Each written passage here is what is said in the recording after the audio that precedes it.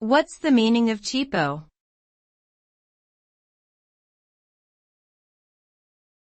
Cheapo.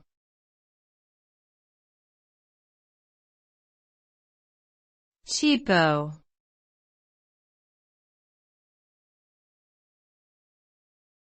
Cheapo.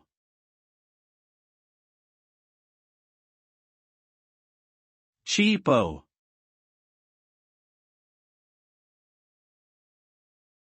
Cheapo is a slang term that refers to something or someone who is inexpensive, low quality, or lacking in value.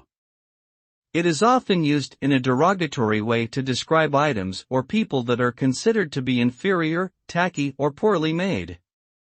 The term can be applied to a wide range of objects and situations, from budget consumer electronics to bargain basement fashion items.